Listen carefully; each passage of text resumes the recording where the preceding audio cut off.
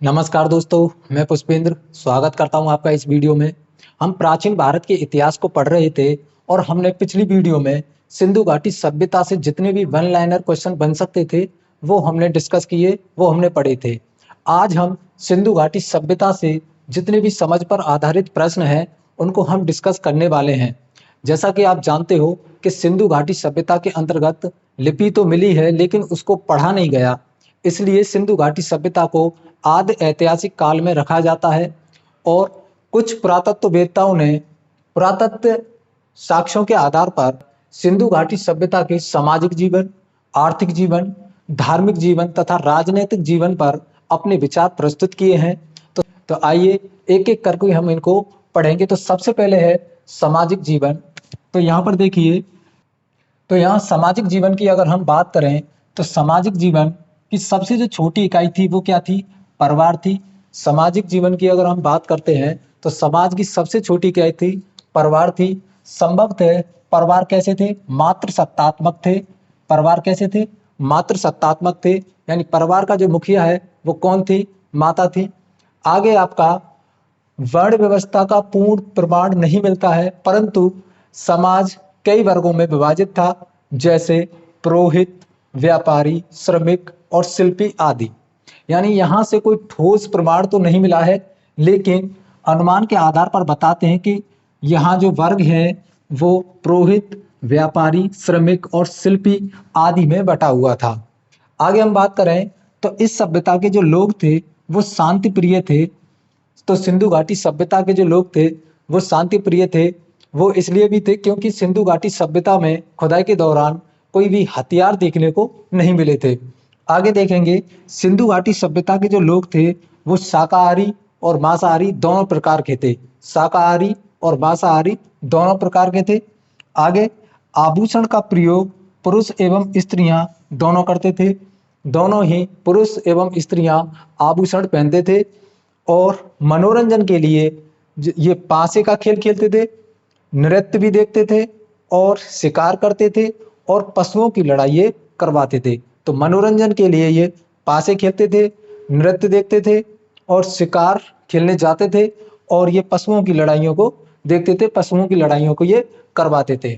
आगे देखेंगे हम आर्थिक जीवन की बात करें तो कृषि में जुताई, बुआई, सिंचाई सभी विधि से ये परिचित थे।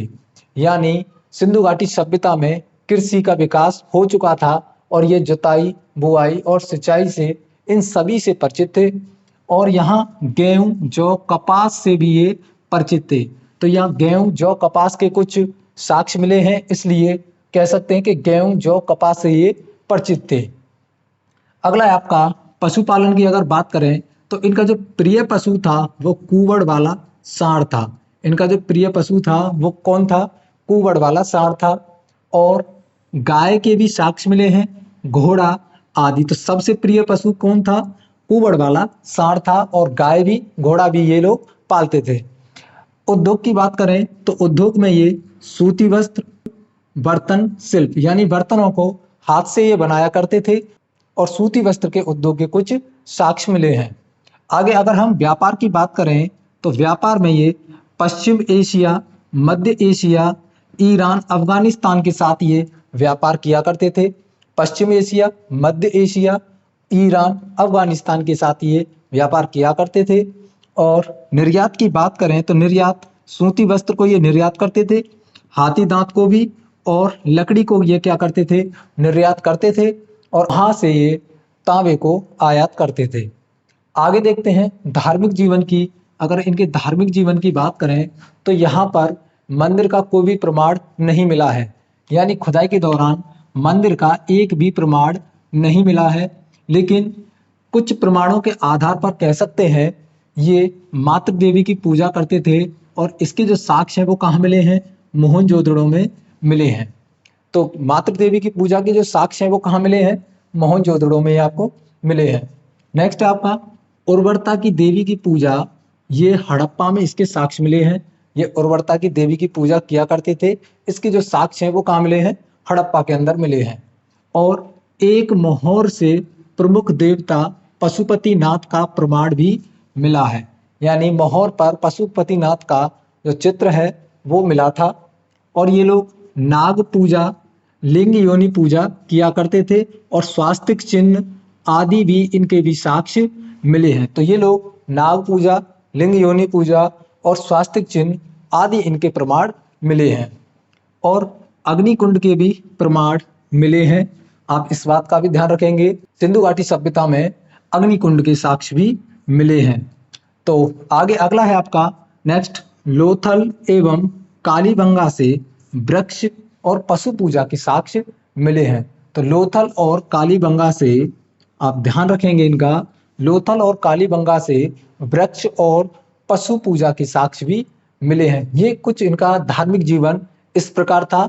यहाँ से मंदिर के साक्ष्य तो नहीं मिले हैं, लेकिन मातृ देवी की पूजा मोहनजोदड़ो, उर्वरता की देवी की पूजा हड़प्पा, और ये कुछ साक्ष्य इस प्रकार से मिले हैं।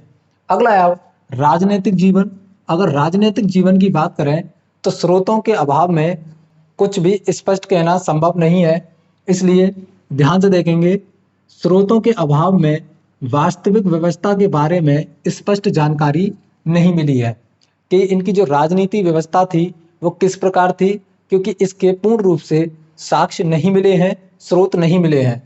लेकिन संभवतः जो शासन है वो पुरोहित, व्यापारी वर्ग और नगर प्रशासन द्वारा संचालित होता था। जो शासन है वो पुरोहित, व्यापारी वर्ग और नगर प्रशासन द्वारा वो संचालित किया जाता था। प्लाट ने कहा है कि मोहनजोदड़ो एवं हड़प्पा को जुड़वा राजधानी कहा है। किसने? प्लाट ने बताया है कि मोहनजोदड़ो एवं हड़प्पा ये कैसी थी? जुड़वा राजधानी थी। आगे हंटर ने मोहनजोदड़ो के शासन को राजतंत्रात्मक की जगह जनतंत्रात्मक कहा है। किसने? हंटर ने। आप याद रखेंगे, हंटर ने मोहनजोदड़ो के शासन को राजतंत्रात्मक की जगह जनतंत्रात्मक कहा है। तो ये कुछ समझ से आधारित प्रश्न थे, यहाँ से भी प्रश्न पूछ लिए जाते हैं। तो आप इस वीडियो को 1 से 2 बार अवश्य देख लें, जिससे कि आप इस टॉपिक पर अच्छे से आपकी पकड़ बन जाए। अगर आपको ये वीडियो पसंद आए तो इसे लाइक करें, चैनल को सब्सक्राइब करें और अपने मित्रों के साथ इस वीडियो को शेयर जरूर करें। अगर कुछ भी आपको समझ में नहीं आया हो तो आप कमेंट बॉक्स में कमेंट कर सकते हैं। तो मिलते हैं अगली वीडियो में, तब तक के लिए नमस्कार।